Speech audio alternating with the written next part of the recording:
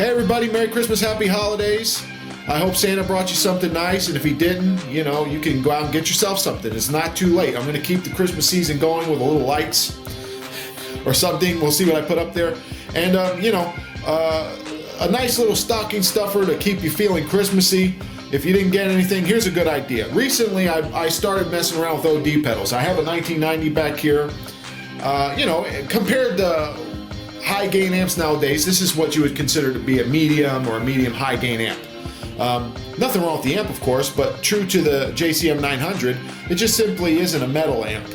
I'm playing it. I really like it. I like its tone. I don't think there's anything wrong with the amp, but being the kind of amp that it is, it just doesn't have that gain that a 62 would have, or a 333, or a 6505, or a crank, or whatever.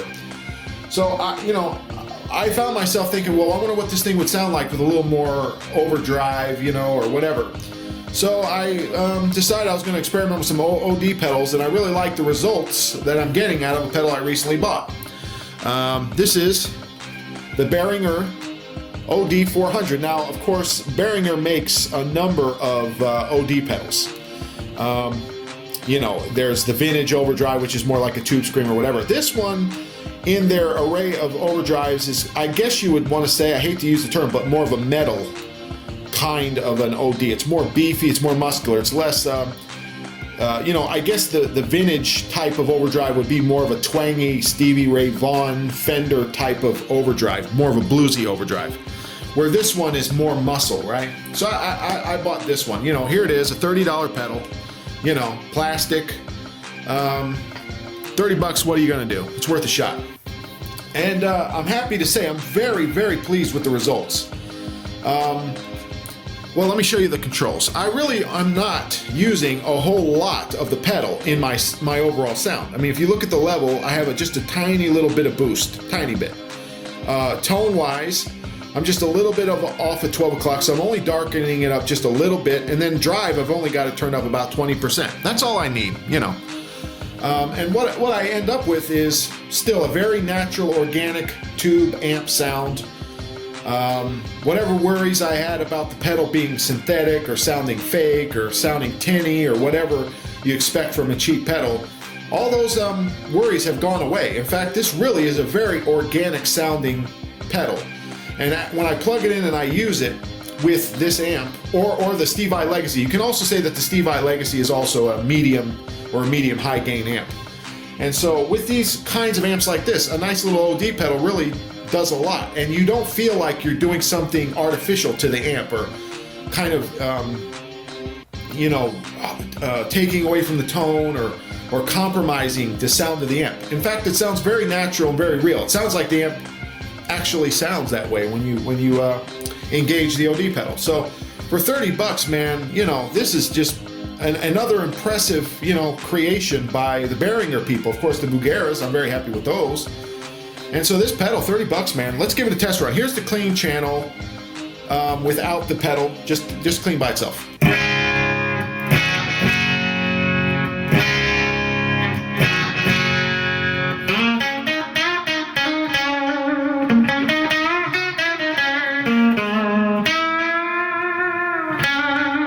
Okay, so I do have more gain available. I've only got it set at about 7, but what I prefer to do is I'm going to go ahead and kick on my OD.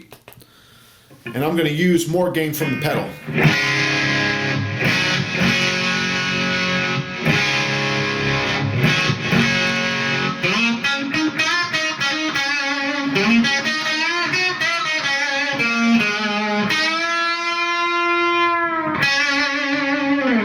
So it's giving me a shine, it's giving me a flavor. Okay, so a lot of you are watching this and you're going, yeah, no shit, Sherlock, it's an OD pedal, that's what it's supposed to do. Well, to me, this is like something, I haven't really had much experience with OD pedals. And so, for me, I've always just gotten everything out of the amp, and now it's nice to have a little flavor.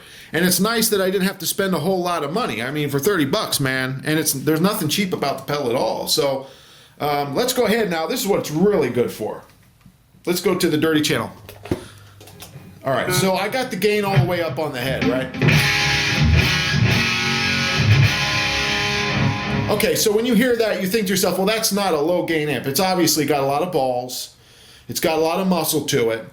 But as I'm playing, I always want it to just go to 11, right? So let me engage the OD.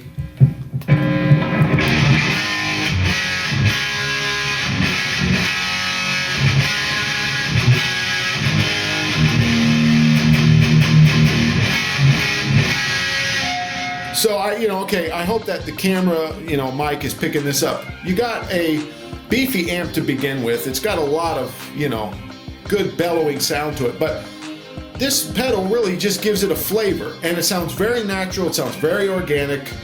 It doesn't sound like I'm doing something artificial to the amp to make it sound differently. It really just sounds very natural. It sounds like it's just all coming out of the amp. Little does anybody know that I'm using a $30 plastic pedal, right? Okay. So anyway, let me cover a few things about the pedal. Okay, so you think to yourself, well, I'm not going to buy a pedal that's going to break or that's not durable. Okay, that's fair. But, to be fair to this pedal, this is as far as plastic can be durable, it's not weak. It's not flexible or anything. And, I'm thinking to myself, okay, what could I do to this pedal that I would break through the plastic on this thing and maybe bust it open or something? I don't know what kind of damage it would take to do something like that. But let's just say that I did, slam it against the wall or something. What would I do? So let's say I did put enough trauma on this thing to bust the case open somehow, right? Well, all I can say is if you're going to put that kind of damage to even a metal housed pedal, you're going to ruin that pedal, okay? Whether the housing comes apart or not, whatever impact it takes to break this thing apart, you can guarantee that the guts in it are going to be fucked up whether or not the case comes undone. So I'm really not concerned with it being plastic. What I guess would concern me is the switch here, the hinge. Would this be a problem? And I don't think so. It seems pretty solid. It's pretty reliable. It actually, to be honest with you, I have a lot of metal pedals, and the hinge and the whatever switch is on in there, it seems to be about the same, of what seems to be quality. So, $30, man. Take care of it. You're paying too much for your OD pedals, right? One more thing before I leave you. What little experience I do have with ODs and distortions, I noticed back in the day that certain pedals did not like having a wah pedal being driven into them. Maybe some of you have noticed that. I would, and back then I was using a Crybaby, which, as far as wah pedals go, is not a monstrous, intense wah pedal compared to many others nowadays. But these little pedals just did not like having a wah pedal being driven into them, okay?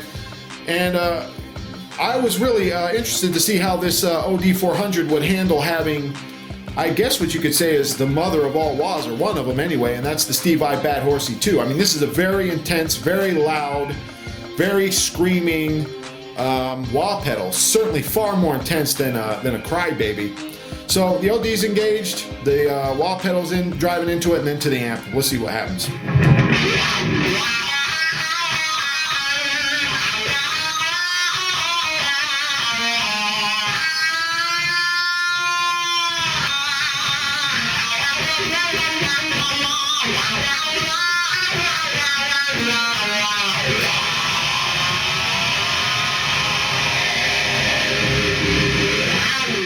Again, a very natural sounding pedal. The wah screaming into the thing doesn't bother it.